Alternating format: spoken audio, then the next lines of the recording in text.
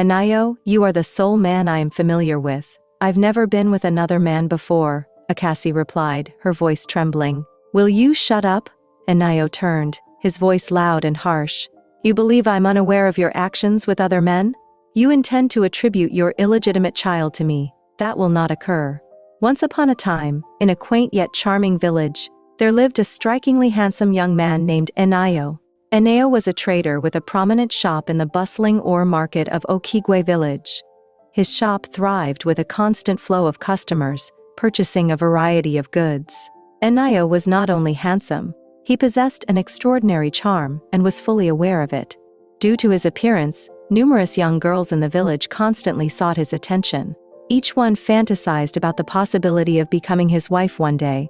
However, Anayo cherished the attention above all else. He frequently expressed to others that he wasn't prepared for marriage. Rather, he preferred to enjoy the company of the women who were drawn to him. Anayo earned a reputation as a notorious womanizer. He would charm and pursue every woman he encountered, indifferent to their looks, size, or shape. His joy in being around women was palpable, and they appeared to reciprocate his affection. This brought Anayo immense happiness, allowing him to relish his life in the village, enveloped by admirers, and delighting in each day. He vowed to wed numerous women from the village, a promise crafted to manipulate them into submission. They often succumbed to his deceit, offering themselves willingly, and he took advantage of their trust as he desired. On a bright, sunny afternoon, Anayo found himself in his shop at the Ori market, reflecting on the wonderful day unfolding around him. Out of the blue, a striking maiden entered his shop, her presence captivating as she balanced a large tray brimming with vibrant, fresh vegetables. "Brother, do you want to buy some vegetables?" she asked him, her voice laced with sweetness. Anayo glanced at her, unable to suppress a smile. She was undeniably beautiful. "Certainly, how could I possibly refuse to purchase vegetables from such a lovely girl like you? You are truly beautiful," he remarked, his eyes sparkling with admiration. The young girl felt a warm blush rise to her cheeks and smiled brightly. She couldn't help but think that Anayo was quite handsome as well. She experienced a flutter of nerves, yet a warmth spread through her at his attention. "What's your name?" Anayo inquired, his smile genuine as he sought to ease her unease. "My name is Akasi, and I'm from a neighboring village," she answered, her voice gentle and melodic. "Wow!" Anayo exclaimed. "You are as stunning as your name suggests. I would be thrilled to see you again. Is that possible?" Akasi's face beamed with joy. She was astonished by Anayo's kindness and charm. He chose to purchase all her vegetables. Akasi was filled with joy and expressed her gratitude repeatedly, her heart pounding with exhilaration. She was eager to share the news with her friend about the charming trader who purchased all her vegetables. With a beaming smile, Akasi rushed home, feeling as though she was floating on air. Her mind lingered on Anayo's gentle words and his striking features, yearning for the moment they would cross paths again. Akasi, a young orphan girl residing with her aunt in a nearby village, carried a deeply poignant tale. As a young girl, a devastating fire claimed the lives of her parents. Akasi, against all odds, managed to survive and has since been under the care of her aunt Waneka, a woman of great kindness. Auntie Waneka was married and had 6 children. Life was challenging for her family, as there were many mouths to feed and insufficient food. Each member had to toil diligently just to secure enough to eat. Akasi was filled with gratitude towards her aunt for welcoming her into their home, so she dedicated herself to assisting the family in every way possible. She took on chores, sold vegetables, and did whatever she could to lighten the load for her aunt and cousins. At the same time, Anayo found himself unable to stop thinking about Akasi. Her image lingered in his thoughts, a vivid reminder of her beauty and innocence. Anayo was drawn to girls who embodied sweetness and purity, and Akasi fit that description perfectly. He recalled the way she blushed at his compliments, and a desire to see her again began to take root in his heart. His thoughts were consumed by fantasies of Akasi. He resolved to do whatever it took to capture her heart. Nothing else mattered. He longed to have her beside him and discover the sweetness of her presence. This thought alone thrilled him, and made him chuckle with anticipation for their next encounter. He remained unaware that Akasi's life was already fraught with challenges, and while his intentions felt exhilarating to him, They would ultimately cause her pain and complicate her otherwise straightforward existence. All Anayo understood was that he needed to devise a plan to entice her into his embrace. A few days later, Akasi made her way back to Anayo's shop, a tray of vegetables in hand. This time, her heart raced for more than one reason. While she intended to sell her vegetables, her true desire was to see Anayo once more. Since their last meeting, she couldn't shake the thoughts of him. The memory of his gaze lingered, filling her with a warm, joyful sensation in her heart. Akasi wished for the same feelings to be mirrored in Anayo, believing they shared something unique. Unbeknownst to her, Anayo had a reputation for his flirtatious nature, captivating the hearts of many girls. The moment he spotted Akasi entering his shop, his expression brightened with delight. He promptly presented her with a refreshing drink, leaving Akasi feeling cherished and joyful. She began to imagine the life of being his wife. Anayo was gentle and kind, always knowing just what to say to make her blush and smile. They shared countless moments filled with conversation and laughter. As Anayo had promised to buy all her vegetables once more, Akasi felt as though she were lost in a dream. Just as she was preparing to depart, Anayo invited her to his home for the weekend. "I would be thrilled if you could come visit me this weekend," he said. "I'm preparing a delightful dish for us to savor together," he said with a captivating smile. Akasi was filled with elation. "What?" she exclaimed softly, struggling to hold back her happiness. The idea that this charming young man invited her to his home filled her with a sense of importance. She mused, "This truly indicates that he has genuine feelings for me." She resolved to borrow some elegant outfits from her friend Adugo, to ensure she looked her finest. Akasi found herself increasingly captivated by Anayo with each passing day. Later, she hurried to share the news of Anayo's invitation with Adugo. "I'm so happy for you, my friend," Adugo said with a smile. "Before long, you will be tying the knot. I already feel your absence." Akasi and Adugo shared a laugh together. Akasi said, trying to stay grounded, "He hasn't asked me to marry him yet, so I'm still pretty much around." Adugo responded with a wink, "But with everything moving so quickly, he might ask you soon." Akasi pondered this for a time. She truly longed for Anayo to propose to her. The thought enveloped her in a sense of hope and joy. She envisioned the moment Anayo would ask her to marry him, picturing it as the pinnacle of her happiness. That day would signify the conclusion of her struggles and the start of a wonderful new journey with Anayo. Akasi's heart brimmed with hopes and anticipation as she got ready for her trip to Anayo's home. The long-awaited day had finally come, and Akasi was brimming with a mix of nerves and anticipation. She yearned for everything to unfold flawlessly. As dawn broke, she rose early and began her preparations. She donned the exquisite garments her friend Adugo had graciously lent her. The attire embraced her form flawlessly, enhancing her natural beauty. Akasi also devoted attention to arranging her hair meticulously, ensuring each strand was perfectly aligned. She aimed to present herself beautifully for Anayo, and as she gazed into the mirror, a sense of joy washed over her at her reflection. With each step towards Anayo's house, her heart raced with excitement. The thought of seeing him again filled her with eagerness. Upon her arrival, Anayo's eyes sparkled with delight. He was brimming with excitement to see her. "You look beautiful, Akasi," he remarked, taking in her elegantly styled hair and the lovely outfit that accentuated her perfect curves. His compliments caused a rosy hue to spread across Akasi's cheeks, accompanied by a bright smile. Anayo graciously invited Akasi into his abode. The space was warm and inviting, making Akasi feel at ease and embraced. Anayo had crafted a unique meal exclusively for them. They settled in and savored the exquisite food together. While they dined, they engaged in conversation and laughter, exchanging stories and deepening their understanding of one another. Anayo's kind words and charming smile made Akasi feel truly special. He expressed his happiness about her visit and how much he cherished her company. Each time Anayo looked at her, Akasi felt a delightful flutter in her heart. She felt a surge of happiness and a sense of being cherished. Before Akasi could fully grasp the moment, Anayo's hands were exploring her, caressing her softly. A whirlwind of emotions enveloped her, and she attempted to pull away, sensing that this intimacy was premature. But Anayo began to speak to her in a gentle, affectionate tone, expressing all sorts of tender sentiments. "I love you deeply, and I can't help but be drawn to you," he said, gazing into her eyes. These words caused Akassi's heart to soften. She cherished him deeply, and yearned to trust every word he spoke. Anayo vowed that he would marry her, and look after her with devotion. He expressed how extraordinary she was to him and the depth of his feelings for her. Akassi sensed her defenses lowering.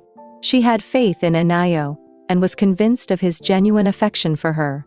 This was a new experience for her, and he assured her that he would be tender. That evening stood out for Akassi as she entrusted her virginity to Anayo, convinced of his genuine affection. They continued to meet, and with each encounter, Akassi's feelings for Anayo deepened. She placed her complete trust in him, holding on to every promise he made. One day, Akassi found out she was pregnant. Initially, she felt a surge of joy. The idea of becoming Anayo's wife and embarking on the journey of starting a family with him ignited a spark of excitement in her heart. She envisioned the joy of breaking free from the struggles of the past and embarking on a new, blissful journey with the man she adored. With her heart brimming with optimism, Akassi set out to share the exciting news with Anayo. She was eager to tell him, but when she finally revealed her news, she was met with an unexpected response. "What?" Anayo exclaimed, his voice laced with disbelief. "You are what?" Akassi looked at him, her excitement shifting to bewilderment. "I'm pregnant," he repeated softly, hoping for a moment of clarity. Yet, rather than joy, Anayo's expression turned to anger. "So, who's responsible?" he demanded, his gaze fixed on her with a mocking intensity. "Anayo, you are the only man I know. I've never been with another man before," Akassi replied, her voice quivering with emotion. "Will you be quiet?" Anayo snapped, his tone sharp and commanding. "Do you really think I'm oblivious to your actions with other men? You expect me to take responsibility for your illegitimate child? Absolutely not." Hot tears cascaded down Akassi's cheeks as she witnessed the man she once knew transform into someone completely unrecognizable. She was in disbelief at the words coming out of his mouth. "But you promised to marry me," she stammered. "What do I do now?" she cried, her heart shattering. "All you have to do is find the father of your illegitimate child," Anayo said with icy detachment. "Reflecting on it, what led you to believe I could ever marry someone like you, a vegetable hawker? If you don't vacate my shop this instant, I might act in a way I'll regret. I'm not prepared for marriage at this moment, especially not with you." Akassi was in disbelief. The words pierced her deeply. Tears streamed down her face as she turned and left the shop, her heart heavy with hurt and betrayal. She felt adrift and despondent. With 6 children already under her aunt's roof, the news of Akassi's impending arrival felt overwhelming. What was she going to do? The thought of facing her aunt and revealing the truth filled her with dread. As she made her way home, worry consumed her thoughts. She had to come up with a plan before her aunt discovered her secret. Her heart weighed down by sorrow and fear. The vision of a joyful life with Anayo lay in ruins. She felt isolated and terrified. Akassi understood the need for strength, yet in that moment, tears were her only solace as she trudged back to her aunt's house, pondering the uncertainties of her future. The following day, Akassi mustered all her bravery and returned to Anayo's shop, wishing for a shift in his feelings since their last encounter. She aimed to implore him to convey the gravity of her predicament. However, upon her arrival, Anayo's reaction remained as severe as it had been previously. He expelled her from his shop with a fury that left no room for regret or compassion. Akassi's heart plummeted as the weight of her hopeless situation settled in. She was at a loss for how to confront her aunt, who would inevitably learn of her pregnancy. A few weeks later, Akassi's worst fears materialized.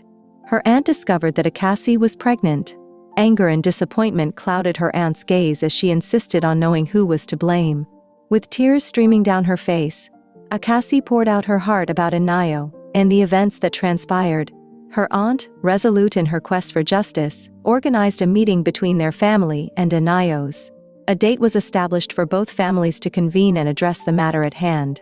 As the day dawned, an electric tension enveloped the atmosphere when Anayo's family faced him. His mother, her voice laced with fury, unleashed her reprimand. "You've put this young girl in a delicate situation, and now you think you can deny the pregnancy? Absolutely not. I have observed you bringing her into the house on several occasions, and I am certain of your involvement. You must marry her. Anayo remained silent, his expression a blend of shame and anger. He was acutely aware of his role in Akassi's pregnancy, yet he had attempted to outsmart the situation by denying it. With his family now entangled in the mess, he felt cornered. Uncertainty loomed over him, leaving him at a loss for what to do next. But I'm not ready to settle down for marriage, Anayo protested weakly. You are ready, his father countered sharply. I have always warned you about your womanizing habits, but you never listened. Furthermore, you have crossed the threshold of 30 years. What holds you back from taking your wife? You must rid yourself of the shame you've cast upon this orphan, or the earth itself will condemn you. The resoluteness in his father's voice allowed for no debate. Anayo understood that this was the end. His heart seethed with fury directed at Akassi. He sensed that everyone was pushing him into this marriage, and he held Akassi responsible for it. He resolved that if he were to marry her, he would ensure her life was filled with misery as a means of retribution. Akassi, oblivious to Anayo's escalating rage, wished for the marriage to provide some stability and alleviate her pain. Unbeknownst to her, Anayo was scheming to impart a harsh lesson. Her heart brimmed with conflicting feelings as she got ready for the wedding, yearning for a brighter future yet apprehensive about what lay ahead. The wedding was not a lavish affair, it was merely an intimate gathering between the two families. Akassi, filled with anxiety and doubt, reached out to her friend Adugo for reassurance. Adugo attempted to lift her spirits, saying, "Don't worry, I believe he's just feeling overwhelmed. He'll come around in time." Her words offered a flicker of solace to Akassi, who clung to the hope that circumstances might improve. Yet the reality was stark. Things did not take a turn for the better. Instead, they spiraled into a deeper turmoil. Anayo fulfilled his sinister vow, plunging Akassi's existence into despair. He subjected her to relentless torment, inflicting pain with every opportunity, both physical and emotional. His words dripped with venom, raining down curses and insults upon her, even as she carried their child. Akassi was astonished that this was the same man she had encountered a few months prior. The kind and charming Anayo had transformed into a monster. "You are such a useless girl," he would yell at her. Desperation clawed at Akassi as she contemplated the darkness surrounding her. She felt the weight of her tormentor's presence, a looming threat that pushed her to seek solace with her aunt. Yet, the advice she received was a bitter reminder of her reality. She had to face Anayo once more. "Just do your best to be a good wife," her aunt advised. "Fulfill his wishes and meet his expectations to prevent any trouble. He is your husband, and in our culture, leaving your husband's home is not an option. Observe my struggle. I've endured with Chaik for years. I toil tirelessly to provide for my children and uphold our household. Despite Chaik's minimal contributions, I remain steadfast. You must return to your husband. Each person has their own burden to bear, and I wouldn't want the villagers to begin gossiping. Additionally, continue to pray for him. In due course, he will transform." Akassi felt completely shattered. She longed for an escape, a place to call her own. A sanctuary where she could seek solace and security. Frequently, she would retreat into the thicket, tears streaming down her face, engulfed by feelings of entrapment and despair. She lamented the moment she crossed paths with Anayo, for he had only ushered in suffering and sorrow into her existence. She had suffered all her life, but the agony she was experiencing now was unbearable. Akassi began to think that death might be a better option than the living hell she was enduring. Each day was a struggle for her. She endeavored to heed her aunt's counsel, accommodating Anayo's every whim in a bid to evade his fury. Yet nothing appeared to placate him. Anayo's malice was limitless. He discovered ways to demean and wound her, leaving her with a sense of worthlessness. Akassi's visions of a joyful existence with him were crushed, giving way to a harsh truth filled with unending dread and suffering. She felt utterly alone. The yearning for the solace of her past life consumed her despite its challenges. Once, she was filled with hopes and dreams. Now, her days were overshadowed by dread. She frequently yearned for an escape, any escape from the nightmare that her life had become. Yet, each time the thought of fleeing crossed her mind, her aunt's words echoed in her ears. ensnaring her in the web of expectations and traditions that held her captive. Anayo did unimaginable things to her. He would impose himself on her, and continuously introduce various women into their shared home. Each time he brought someone new, Akasi was pushed out of their room while he enjoyed himself with his latest companion. She would sit outside, listening to their intimate exchanges. This caused her deep anguish, and she would weep uncontrollably. Tears became her ever-present companion. There was no one to whom she could confide her sorrows, no one who would truly understand her plight. She was burdened with her pregnancy, just a few months away from delivery. Akasi sought assistance from her mother-in-law, yearning for a resolution to her troubles. However, this only fueled Anayo's anger. Every time she updated his mother, he would return home and unleash a torrent of violence upon her. The assaults grew increasingly savage, and Akasi sank deeper into despair. One day, as Anayo departed for his shop, he carelessly tossed a pile of filthy clothes at Akasi, insisting that she clean them before his return. Akasi was feeling very sick, but she hoped she would feel better soon and be able to wash the clothes. However, when Anayo returned and saw the clothes still unwashed, his anger erupted. "You are so useless that I can't even begin to imagine," he shouted at her. "Your presence in my life has only brought chaos. I requested something as simple as washing clothes, and you failed at that too. What purpose do you serve beyond that? My feelings for you are filled with disdain." His voice dripped with venom and fury. Akasi could no longer contain her frustration and anguish. "Then just kill me. End it, Anayo. I'm exhausted. I'm frail. I'm fading away. Do you really believe I still wish to be by your side? You're so wicked," she shouted, her voice quaking with feeling. "What? You have the audacity to speak to me like that, Anayo Brad." He charged at her, striking without compassion, oblivious to her heavy pregnancy. Akasi's screams pierced the air, her suffering resonating throughout the village. The neighbors, weary of her incessant pleas for assistance, sensed that this moment was unlike any other. Her screams echoed with an intensity of pain and desperation. One of the women from the village, compelled by an instinct to assist, hurried to Akasi's hut. Upon arrival, she discovered Akasi sprawled in a pool of blood. Anayo, fully aware of the gravity of his actions, had hastily departed from the scene. The woman cried out for help, and before long, more villagers had assembled. They swiftly organized to transport Akasi to the modest village hospital, clinging to the hope that it wasn't too late to rescue her and her unborn child. The atmosphere in the hospital was tumultuous. Medical staff rushed about, their movements urgent as they focused on stabilizing Akasi. Her injuries were grave, and they understood the immense challenge ahead in their efforts to save both her and her baby. As she lay on the hospital bed, Akasi's mind was engulfed by fear and sorrow. She couldn't fathom that Anayo had betrayed her in such a way. Despite all attempts to save Akasi and her baby, they ultimately ended in heartbreak, and she lost her child. Akasi wept inconsolably, her heart in ruins. She had suffered through countless hardships and torment for the sake of this child, and now the baby was lost to her. The grief was overwhelming. A few weeks later, Akasi's physical wounds began to heal, yet the emotional scars lingered profoundly. Anayo never graced her with a visit at the hospital, displaying a stark indifference to her well-being. Coming to terms with the impossibility of returning to a life filled with abuse and torment, Akasi summoned her courage and made a pivotal decision. She would run away to a faraway village, leaving everything behind.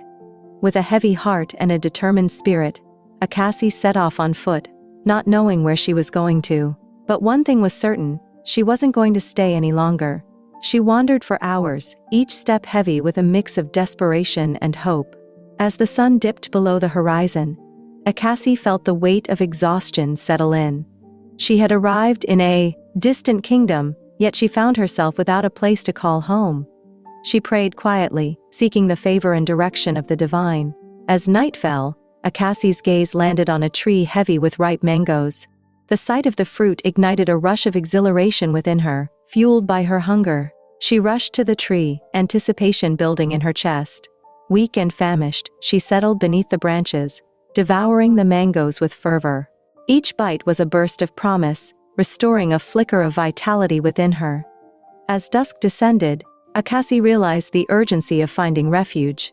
Her gaze swept the surroundings, until it landed on a modest hut in the distance.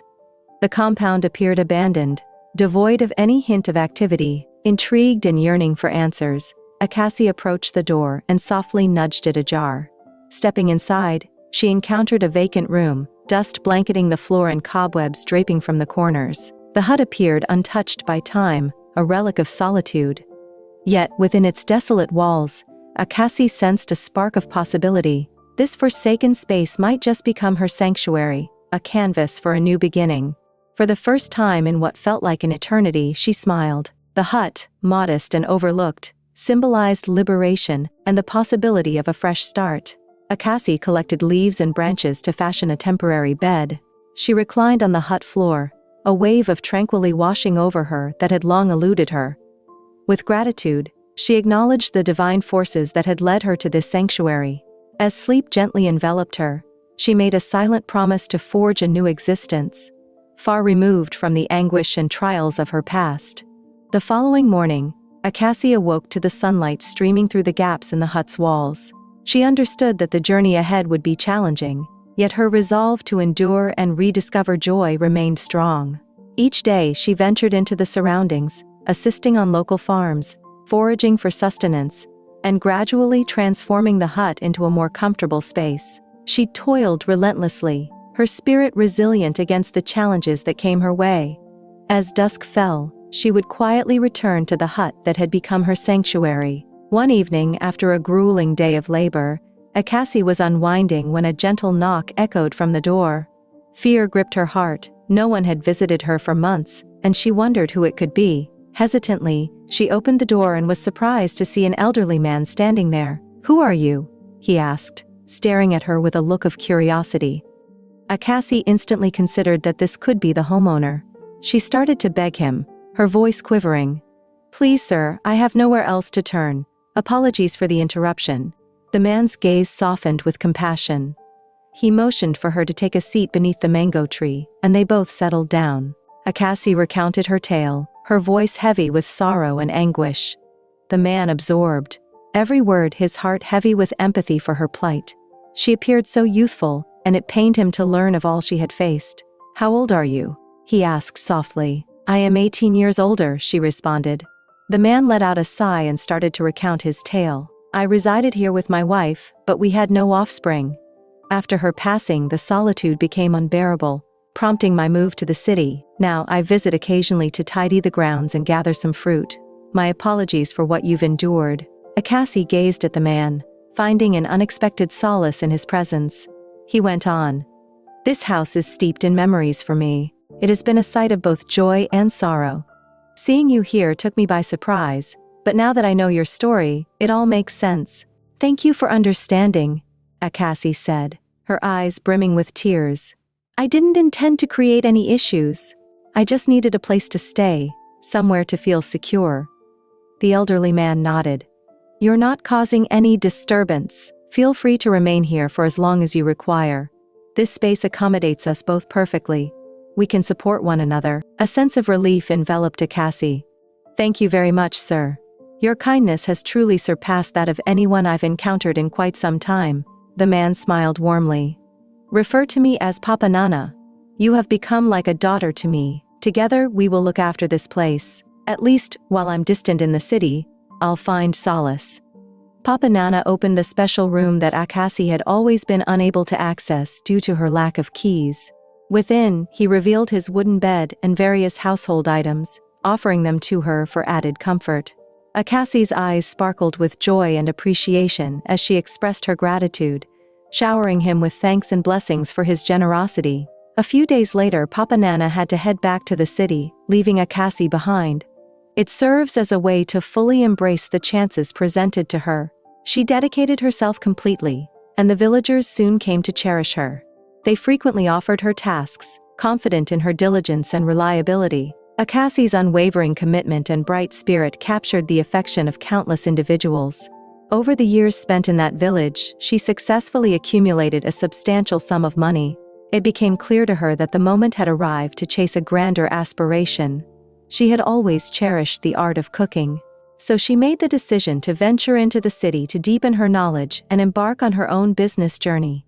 When Papa Nana came to visit next, Akasi shared her aspirations with him. He was truly inspired by her unwavering determination and vowed to back her in every possible way. He even suggested that she could stay at his place whenever she relocated to the city. "We are now family," he told her. "I've known you for a few years, and I must say you are a very good girl." Akasi expressed her gratitude.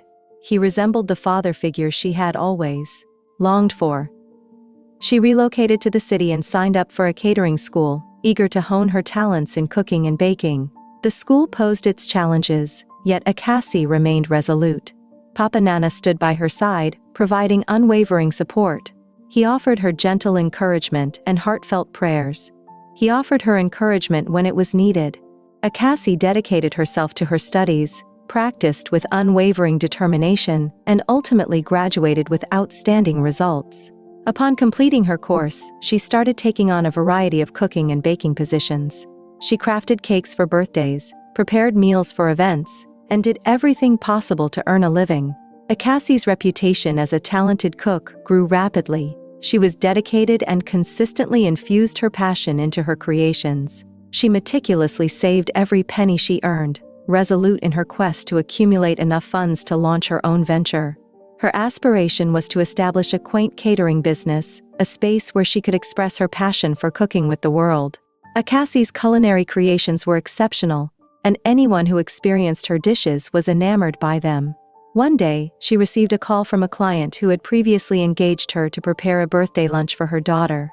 The client said, "I would love for you to handle a food contract. It's for a chief in this city. His children are eager to celebrate his 70th birthday anniversary. They loved the meal you prepared for my daughter's birthday party, and have asked me to contact you. They would like to arrange a meeting with you." Akasi was ecstatic. This was a monumental opportunity. They scheduled a meeting at a time that worked for both of them. The meeting unfolded successfully, resulting in Akasi securing the contract. This opportunity was monumental, poised to transform her life. The chief's family possessed considerable wealth, ensuring she was compensated generously for her contributions. With this payment, Akasi finally had enough funds to establish her own business in the right way. On the day of the celebration, attendees were thrilled with the dishes Akasi crafted. Each dish was flawless, and the guests were eager for more. Numerous guests inquired about her contact information, clearly captivated by her skills. Akasi lingered in a corner, observing the attendees savoring her culinary creations, a smile blossoming on her face. A profound sense of fulfillment and happiness washed over her. Engrossed in her musings, she remained unaware of the gentleman standing before her, attempting to capture her attention. The moment he touched her arm, she was abruptly pulled back to reality. Her breath caught in her throat as she laid eyes on him. He was so striking that she could hardly believe what she saw. "I am effeminate," he said with a captivating smile. "I've been observing you from afar. You look beautiful, and that dress suits you perfectly." "Thank you," Akasi replied, smiling shyly. They began to talk, laugh, and mingle with the guests together. Afena radiated a joyful energy, and Akasi relished every moment spent in his presence. His company was delightful, and boredom was a foreign concept when he was near. Throughout the ceremony, Afena remained by her side, bringing laughter and a sense of comfort. Eventually, Afena informed her that he had something important to attend to and needed to depart. However, before he left, he requested her phone number and extended an invitation for dinner. Akasi, caught in a whirlwind of excitement and nerves, assured him she would consider it. The event turned out to be a tremendous success, leaving Akasi feeling invincible. She had not only wowed many with her culinary skills, but also crossed paths with someone who appeared truly interested in her. She appreciated Afena's personality, yet the shadow of Anahil's actions loomed large in her mind. Years had passed, yet the nightmares persisted, leaving her fearful of every man who approached her. Despite the event's success, Akasi's expression was far from joyful when she returned home. Papa Nana observed her anxious demeanor and inquired about her concerns. She recounted the event and mentioned a young man she encountered. He showered her with compliments and even requested her phone number. "I think he likes me," she said. "Then what is the problem? Aren't you supposed to be happy?" Papa Nana asked, looking confused. Akasi sighed and explained. "I remembered my past. Anahil caused me deep pain, and I find it hard to trust any man again. He was my first love, and he extinguished the love within me. I can't help but see him in every man I encounter. Fear grips me. I dread the thought of experiencing that once more. Papa Nana gazed at her, offering a reassuring smile. Gaze upon me, my dear. Your past is no longer your dwelling. I have shared 4 decades with my beloved wife, despite the absence of children, and my love for her remains unwavering. Your lack of trust in men contrasts sharply with the trust you place in me, indicating that love and trust are still within your reach. Anahil was never a true man, he was a beast. Genuine men do not harbor hatred for their wives, let alone subject them to the torment you endured. Never refer to him as a man. There are plenty of good men in the world. I understand the need for caution, but keep your heart open. If Ifena appeals to you, consider giving him a chance, but remain vigilant for any warning signs. The phrase, Anahil is not a man, but a beast, echoed in Akassi's mind, and she recognized that Papa Nana was correct. She had witnessed healthy marriages before. Her uncle never showed her aunt the same regard that Anahil had shown her, despite her aunt being the sole provider. She expressed her gratitude to Papa Nana for his encouraging words. He had been an immense source of support for her. When Ifena called Akassi, she chose to accept the dinner invitation. The evening unfolded beautifully, and their connection was undeniable. Every aspect of the night felt just right. Ifena possessed a gentle spirit, coupled with a delightful sense of fun. As a successful businessman, his status took Akassi by surprise when she discovered he was the youngest son of the chief. Despite his affluent background, he remained remarkably humble. They kept meeting, destined to deepen their bond. Ifena was utterly captivated by Akassi. He adored every aspect of her determination, dedication, and passion. He constantly brought her up to his family. When Akassi realized the relationship was deepening, she opened up to him about her past. Ifena felt a wave of sympathy for her. He was unaware of the treasure he possessed, but I'm grateful he introduced us. You embody everything I desire in a partner, and I promise to cherish you like the royalty you are, he declared.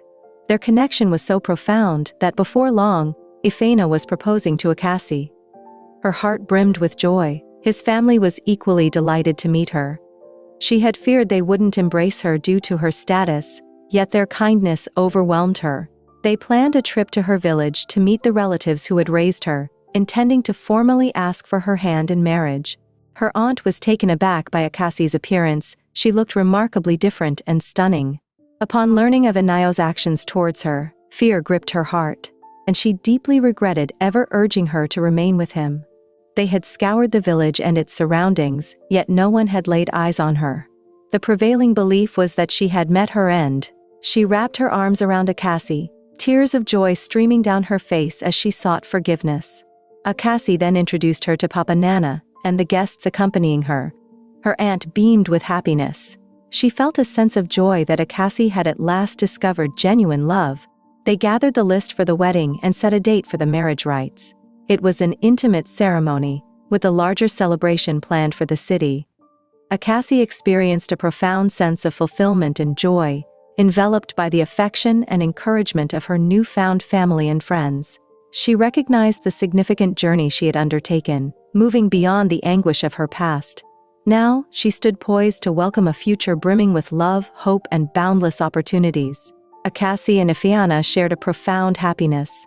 Ifeana's family welcomed Akassi with open arms, treating her like royalty.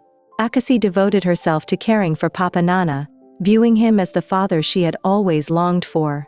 Life smiled upon Akassi as she discovered love once more. Ifeana was the perfect partner she had always dreamed of. Her business flourished, enabling her to bring on numerous employees to lighten her responsibilities. Ifeana made it clear that he wanted to avoid any stress for her, making sure she had all the support she required. The entire family rejoiced when Akassi revealed her pregnancy. From this moment on, you are not permitted to leave the house, Ifeana stated firmly. I will handle all the cooking and everything else. I will ensure you are well taken care of. True to his promise, Ifeana was consistently present, caring for Akassi with unwavering love and dedication. One morning, Ifeana informed Akassi that it was necessary to hire a driver for her. I don't want you to endure any suffering or stress now that you are pregnant. I've reached out to a friend and he will send an applicant over tomorrow. The driver will always be ready, taking you wherever you desire. Akasi gazed at her husband with awe. She could scarcely fathom that this was her life. Ifana ensured her happiness, catering to her every desire and then some. The following day, the driver showed up. With a wealth of experience, Ifana felt assured in his skills. When he finally introduced the driver to Akasi, her surprise was palpable. The figure before her was aged, with white hair obscuring much of his face and head. What could have transpired, she pondered. No one would even recognize him as the once handsome Anayo. Good afternoon, Ma, he greeted, bowing his head. He had yet to recognize her. Anayo, Akasi called his name. He looked up immediately, her voice piercing through the fog of his thoughts. That voice had lingered in his mind ever since he escaped from the village. Akasi, he murmured, tears cascading down his face as he sank to his knees, pleading for her forgiveness. The reality of her being his potential employer struck him with disbelief. He wept sorrowfully, lamenting all the hurt he had caused her. Life had not been kind to Anayo. Since leaving the village, he had endured immense hardships. Nothing he attempted ever seemed to succeed, and it felt as if the entire universe conspired against him. He resided with a woman who had already borne him 4 children, and they were struggling to make ends meet. Lying on the floor, he wept and begged for forgiveness. If he now observed the scene with a hint of amusement, he felt no sympathy for Anayo whatsoever. He was determined to see him locked away. What a small world, he kept repeating. Akasi found herself at a loss for words. Seeing Anayo stirred up all the hurtful memories of his actions. At last, she uttered the words. Naturally, I forgive you. I'm grateful I didn't end up with someone like you. If I had, I might not have discovered the wonderful man I now call my husband. I hold no ill feelings towards you. It seems that life has dealt you a fair share of challenges. However, I must prioritize my own well-being, and cannot bring you on as my driver at this time. I require more time to recover from the impact of your actions. You might consider looking for employment elsewhere. Anayo wept, desperately asking to keep the position. I truly need this job. My children are starving, yet Ifana commanded the security to throw him out. As Anayo trudged home, sorrow weighing heavily on him, tears streamed down his face as he contemplated the pain he had inflicted on Akasi. He recalled the moment he abandoned her, surrounded by crimson, and fled. He believed she was lifeless. It dawned on him that her treatment of him had been justified. He absolutely did not deserve her forgiveness, not in the slightest.